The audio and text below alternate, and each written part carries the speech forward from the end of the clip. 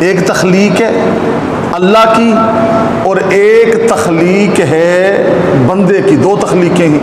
مثال کے طور پر یہ پنکھا انسان نے تخلیق کیا، یہ گھڑی کسی بندے نے تخلیق کی، یہ اینک کسی بندے نے تخلیق کی، یہ چیزیں تخلیق کی ہیں۔ اب اللہ اور بندے کی تخلیق میں فرق کیا ہے؟ اللہ اور بندے کی تخلیق میں فرق کیا ہے؟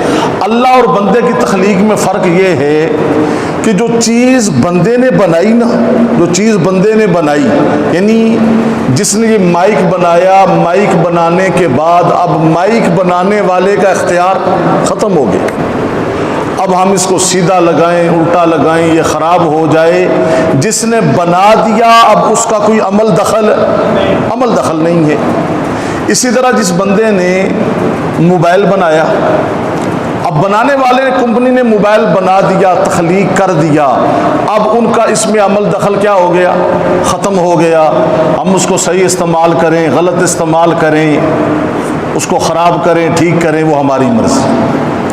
اسی طرح جس کمپنی نے یہ پنکھا بنایا، انہوں نے پنکھا تخلیق کر کے آگے دے دیا، ان کا اختیار ختم ہو گیا۔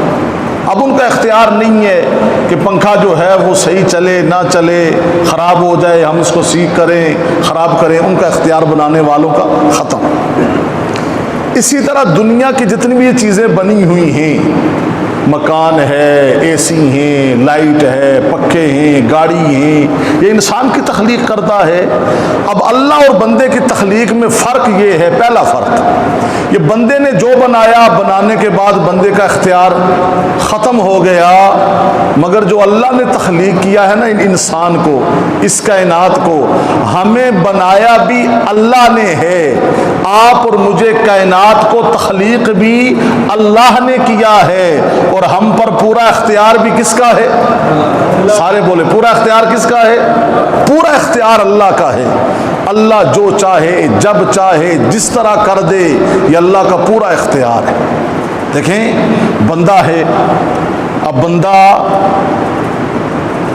اپنے آپ کے اندر کتنی بڑی چیز ہے، اس کا ذہن، اس کی سوچ، اس کی فکر، مگر جب اللہ اپنا اختیار استعمال کرتا ہے تو وہ جوانوں کو بھی موت دے دیتا ہے، وہ جوانوں کو بھی موت دے دیتا ہے۔